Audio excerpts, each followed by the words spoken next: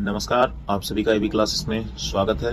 आज हम पढ़ रहे हैं पीयूष ग्रंथि से निकलने वाले हार्मोन्स के बारे में और इसमें बचा हुआ था गोनेडोट्रोपिक हार्मोन्स। ये लैंगिक क्रियाओं से संबंधित होता है। ये दो भागों में बटा है। फॉलिकल प्रेरक हार्मोन, जिसमें यह हार्मोन्स पुरुषों में शुक्राणुओं के परिपक्वन तथा मादा में अंडाणुओं के परिपक्वन को नियंत्रित करता है। इसका दूसरा भाग ल्यूटिनिजाइंग हार्मोन्स होता है, जिसमें द्वितीय लक्षणों के प्रति उत्तरदायित्व होता है तथा मासिक चक्र को नियंत्रण करता है। अब हम पढ़ेंगे अबडू ग्रंथि के बारे में।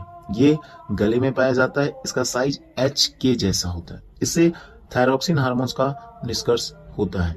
इसके मुख्य कार्य है नाखून, बालों की वृद्धि में सहायक, शरीर में जल की मात्रा का नियमन, शरीर में आयोडीन की मात्रा का नियमन। थायरॉक्सिन हार्मोन्स के कमी से होने वाले रोग हैं घेंगा, अबटू मानवता और मिक्सीडीमा। अब हम पढ़ेंगे प्रावर्टिव ग्रंथि, जो गले में थायराइड हार्मोन्स के जस्ट पीछे पाया जाता है। यह पैराथायराइड हार्मोन्स तथा कैल्सिटोनिन हार्मोन्स का स्रावन करता है। पैराथायराइड हार्मोन्स का मुख्य कार्य है कैल्शियम की मात्रा का नियमन। कैल्सिटोनिन हार्मोन्स का मुख्य कार्य है इसका स्रावन तभी होता है जब हमारे शरीर में कैल्शियम की मात्रा बढ़ अथवा घट जाती है। अब हम पढ़ेंगे थाइमस ग्रंथि के बारे में।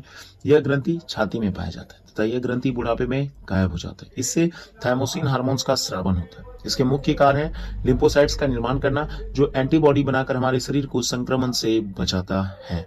अब हम पढ़ेंगे अग्नाशय ग्रंथि के बारे में। इससे यह एक मिश्रित ग्रंथि होती है, जो विशिष्ट कोशिकाओं का समूह भी कहलाता है। इसे लैंगरहैंस की द्वीपिका भी कहते हैं। ये तीन भागों में बटा है, अल्फा कोशिका, बीटा कोशिका और गामा कोशिका। अल्फा कोशिका में ग्लूकागॉन हार्मोन्स का स्रावन होता है, जिसमें ग्लूकोजेनेसिस प्रक्रिया में सहायक होता है, और बीटा कोशिका में इंसुलिन हार्मोन का स्रावन होता है, जो ग्लूकोजेनेसिस प्रक्रिया की दर को बढ़ाता है। इसकी कमी से मधुमेह जैसी बीमारी होती है। अब हम पढ़ेंगे गामा और डेल्टा कोशिका के बारे में।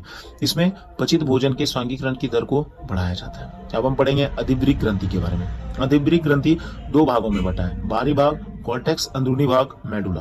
कॉर्टेक्स में तीन प्रकार के हार्मोन्स का स्रावन, ग्लूकोकॉर्टिकॉइड्स, मिनरलोकॉर्टिकॉइड्स और लिंक कॉर्टिकॉइड्स, जबकि अंदरूनी भाग में मेडुला, जिसमें एड्रेनलिन हार्मोन्स का स्रावन होता है। अगले पार्ट में हम इसे विस्तार रूप में पढ़ेंगे। धन्यवाद। जय हिंद।